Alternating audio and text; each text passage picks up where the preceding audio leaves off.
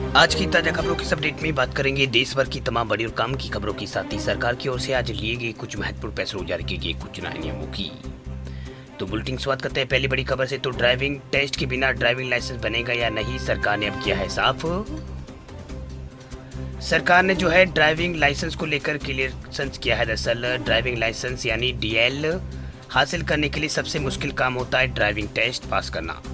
वहीं पिछले दिनों कुछ मीडिया रिपोर्ट्स में दावा किया जा रहा था कि आवेदकों को जो अब से जो मतलब आरटीओ जो है क्षेत्रीय परिवहन कार्यालय, उसमें ड्राइविंग टेस्ट से गुजरने की आवश्यकता नहीं हो सकती है। वे मान्यता प्राप्त प्राइवेट ड्राइविंग स्कूलों में ड्राइविंग टेस्ट कर सकते हैं। अब सरकार ने इस मामले में सफाई जारी की है। सरकार की ओर से कहा गया है कि ड्राइविंग टेस्ट के बिना लाइसेंस नहीं मिलेगा। दरअसल सड़क परिवहन और राजमार्ग मंत्रालय ने मान्यता प्राप्त चालक प्रशिक्षण केंद्र यानी एडीटीसी और ड्राइविंग स्कूलों के जरिए किए गए प्रमाण पत्रों के बारे में स्पष्टीकरण जारी किया है। मीडिया रिपोर्ट चल रही थी उसमें प्रतिक्रिया देते हुए मंत्रालय ने स्पष्ट किया है कि 1 जून से मौजूदा प्रावधानों में कोई भी बदलाव नहीं होगा। वहीं सड़क परिवहन और राजमार्ग मंत्रालय ने अपनी सफाई में कहा है कि मौजूदा नियमों में कोई भी बदलाव नहीं होगा। रिपोर्ट में ये भी बताया गया है कि निजी ड्राइविंग स्कूलों में परीक्षा पास करने के बाद आवेदकों को एक प्रमाण पत्र मिलेगा। इसका उपयोग आरटीओ में जांच के बिना ड्राइविंग लाइसेंस के लिए आवेदन करने के लिए किया जा सकता है। वहीं मंत्रालय ने कहा है कि मोटर वाहन अधिनियम 1988 के तहत मोटर वाहन चलाने में परीक्षण देने के लिए स्कूलों के लाइसेंस और नियमों का प्रावधान है। ये स्कूल सफल परीक्षण प्रमाण पत्र जारी करते हैं, लेकिन ये प्रमाण पत्र धारक को ड्राइविंग टेस्ट की आवश्यकता से छूट नहीं देता है। मंत्रालय ने साफ किया है कि ड्राइविंग लाइसेंस जारी करने का अधिकार लाइसेंसिंग प्राधिकरण के पास होगा। बात अब करते हैं अगली बड़ी खबर की। तो आंध्र प्रदेश की राजधानी अब नहीं रहा है हैदराबाद। तेलंगाना सरकार ने लेक व्यू पर कब्जा करने का दिया है आदेश। देश के सबसे व्यस्त महानगरों में से एक हैदराबाद अब तेलंगाना और आंध्र प्रदेश की साझा राजधानी नहीं रही है। आंध्र प्रदेश पुनर्गठन अधिनियम 2014 के अनुसार 2 जून से हैदराबाद अब सिर्फ तेलंगाना की राजधानी होगा। बता दें आपको कि 2014 में आंध्र प्रदेश के विभाजन के समय हैदराबाद को 10 सालों के लिए दोनों राज्यों की साझा राजधानी बनाया गया था। इस दौरान 2 जून 2014 को तेलंगाना अस्तित्व में आया था। हैदराबाद तेलंगाना में ही मौजूद है। ऐसे में अब आंध्र प्रदेश की राजधानी नहीं होने के बाद हैदराबाद सिर्फ जो है अभी तेलंगाना की राजधानी ही रहेगा। दरअसल आंध्र प्रदेश पुनर्गठन अधिनियम में कहा गया है कि नियत तिथि यानी 2 जून से मौजूदा आंध्र प्रदेश में हैदराबाद 10 वर्षों की अवधि के लिए तेलंगाना राज्य और आंध्र प्रदेश राज्य की साझा राजधानी होगा। इसमें कहा गया है कि उपधारा 1 में निश्चित अवधि की समाप्ति के बाद हैदराबाद तेलंगाना राज्य की राजधानी होगा। आंध्र प्रदेश के लिए नई राजधानी होगी।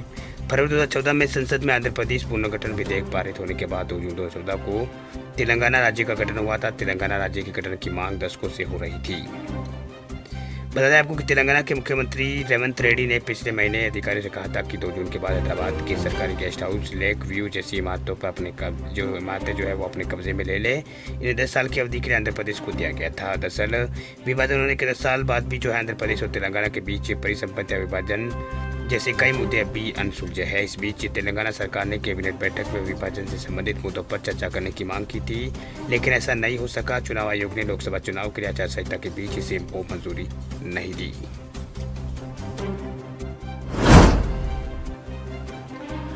बात अब करते हैं अगली बड़ी खबर की। तो अगली बड़ी खबर देखिए, 55 लाख उपभोक्ताओं को झटका, 20 पैसे यूनिट महंगी हुई है बिजली। 100 यूनिट पर अब 472 रुपये आएगा बिल।